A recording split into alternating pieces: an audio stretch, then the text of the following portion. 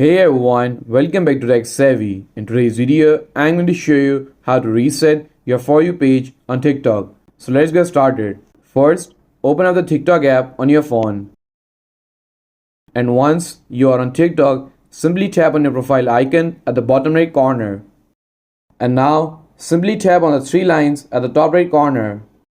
And now, tap on Settings and Privacy. Okay, so once you're here, you have to simply tap on Content Preferences.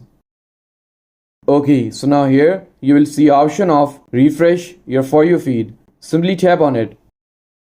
Okay, so once we are on this page here, it says that they will show us popular videos to launch a new feed, and the more we interact, the more personalized our feed is going to become. So let's continue and finally tap on Continue option and simply tap on Refresh.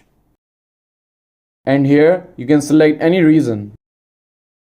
Okay, so now we have to simply reopen the TikTok app.